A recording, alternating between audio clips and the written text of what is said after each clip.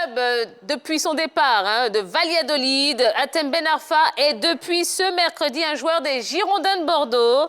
Footballeur talentueux, au caractère bien trempé, l'international français a connu une carrière pas toujours tranquille.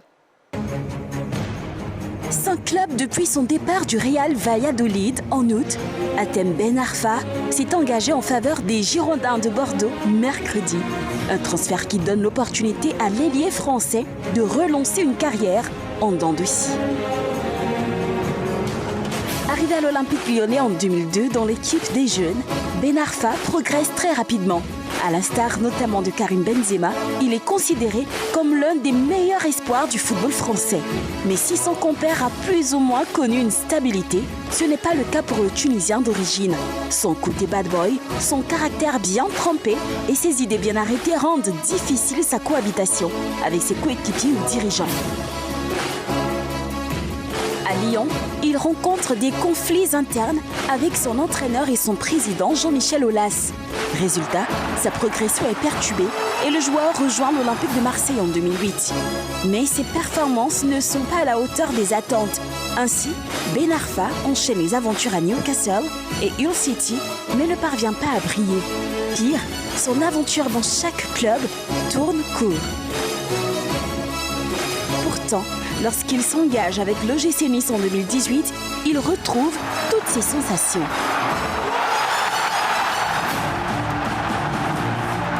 Auteur de notamment 18 buts en 38 matchs, il confirme l'immortalité de son talent. Mais au bout de 2 saisons, l'international français rompt son contrat pour rejoindre le PSG. À Paris, Unai Emery, le trouvant trop individuel et pas assez défensif, l'utilise très peu. Conséquence, il connaît un échec cuisant. Ni son passage au Stade Rennais, ni son arrivée au Real Valladolid ne l'ont fait rebondir. Cette fois, Ben Arfa s'est offert un retour en France pour espérer sortir du gouffre. Fera-t-il long feu ?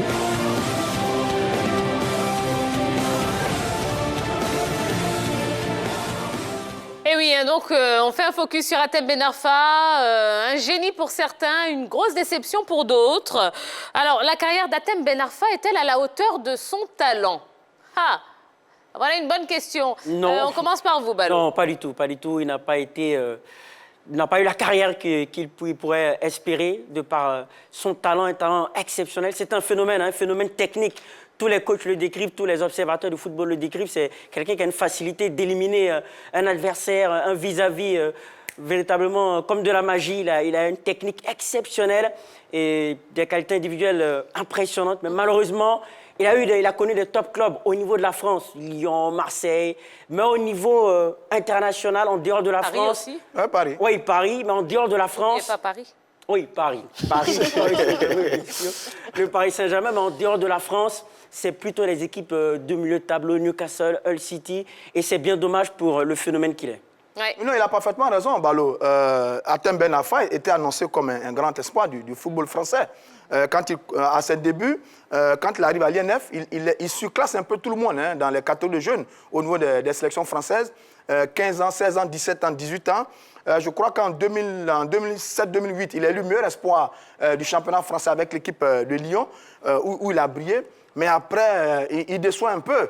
C'est un garçon que tout le monde attendait comme un grand patron de la sélection nationale en France, parce que certains de ces garçons ont brillé avec cette sélection. Lui, pas. Il a réussi quelques coups fumants avec ses différents clubs, avec des jets de génie, comme dit la Ballot. Mais avec l'équipe de France, non. C'est un peu une déception. C'est un garçon qui devait évoluer à un certain niveau, qui était petit de talent. Il a un pied gauche magique, un gros dribbleur, un garçon qui savait quasiment tout faire avec le ballon, mais qui malheureusement n'a pas connu la carrière qu'on attendait de lui. Pour beaucoup, c'est un gros gâchis.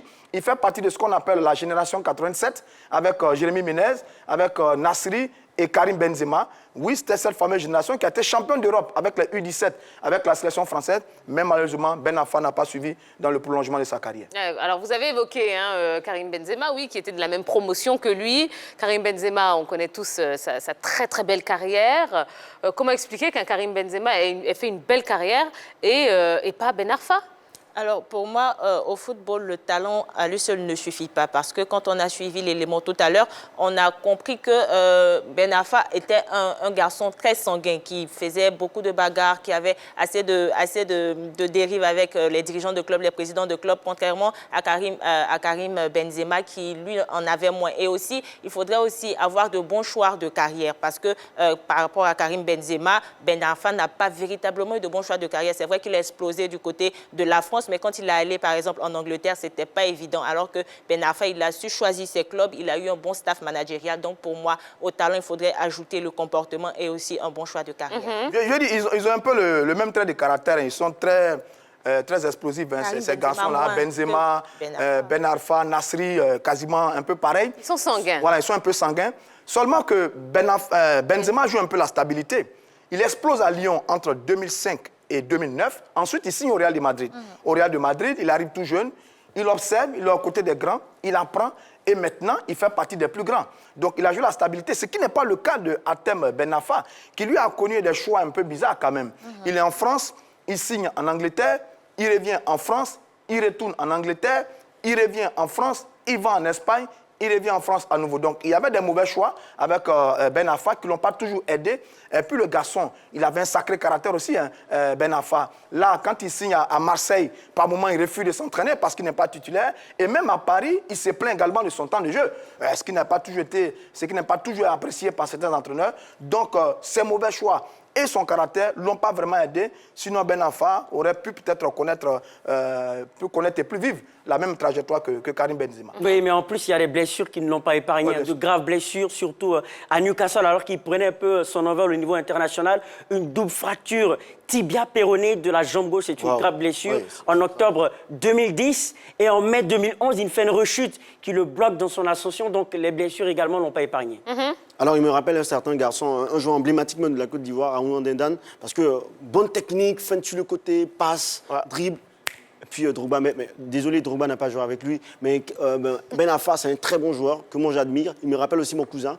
Il avait pratiquement les mêmes jeux, mais bon, chacun a sa chance. Hein. Mon cousin n'a pas eu de la chance aussi. Lui aussi, il peut ne pas avoir la chance. C'est tout. La prière, le travail, là encore la prière. Et puis et les bons choix aussi. Les bons choix, voilà, c'est ça. Exactement. Alors, depuis ce mercredi, hein, il appartient donc au club des Girondins de Bordeaux. Qu'est-ce que vous pensez de son arrivée à Bordeaux ? Ouais, c'est une bonne nouvelle pour lui. C'est un club qui va lui permettre de se relancer et de revenir dans la compétition, de pouvoir mettre à nouveau son talent en évidence. Et pourquoi pas espérer un barreau d'honneur dans sa carrière, espérer que les Girondins de Bordeaux lui ouvrent d'autres opportunités, pourquoi pas dans un grand championnat étranger, on espère cela pour lui en tout cas. D'accord. On va regarder un petit peu quand même son parcours, hein, et oui. Et puis quelques-uns ou quelques-unes de ces embrouilles, ma foi, en compagnie de Dorgelès Kofi. Bonsoir Dorgelès. Bonsoir Atia, bonsoir Atia. Salut Bonsoir Dorgelès. Baloux, vous allez bien? Ça va. En regardant le parcours d'Athènes Ben Arfa entre 2004 et 2008, Olympique lyonnais entre 2008 et 2011, Olympique de Marseille entre 2011 et 2014, Newcastle a été prêté à Hull City. Il a joué également à l'OGC Nice, au Paris Saint-Germain, 28 janvier au 30 juin 2020, Real Valladolid en Espagne. Depuis le 7 octobre 2020, il appartient aux Girondins de Bordeaux. À présent, quelques embrouilles de Athènes Ben Arfa avec des clubs et des entraîneurs. Oui, tenez-vous bien, il tient tête à Jean-Michel Aulas à Lyon en mai 2006. Du haut de ses 19 ans, voilà ce qu'il a déclaré. Si le club veut discuter avec moi, qu'il le fasse en tête-à-tête. Il oublie un chèque de prime de match de 59 millions de francs CFA dans son casier à l'été 2008 à Lyon.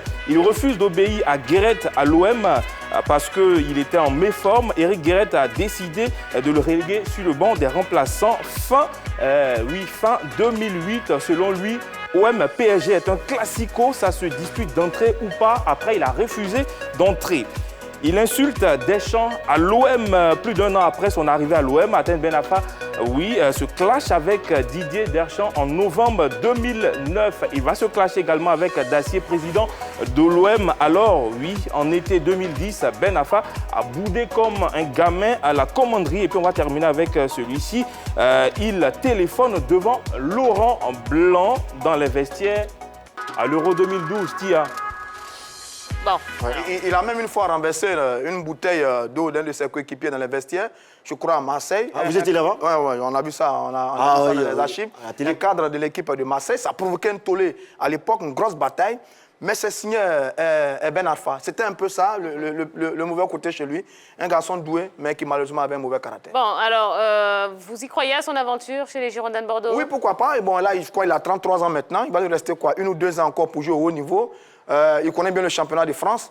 Il a joué à Lyon, à Marseille, à Paris, les gros, comme vous dites. Il a joué également à Nice et puis là, à Bordeaux. Bon, on espère qu'il va se calmer un peu, il va s'assagir. Je crois que c'est pour la fin. Il revient d'un championnat qu'il connaît parfaitement, lui qui est un pur produit du football français, tunisien d'origine.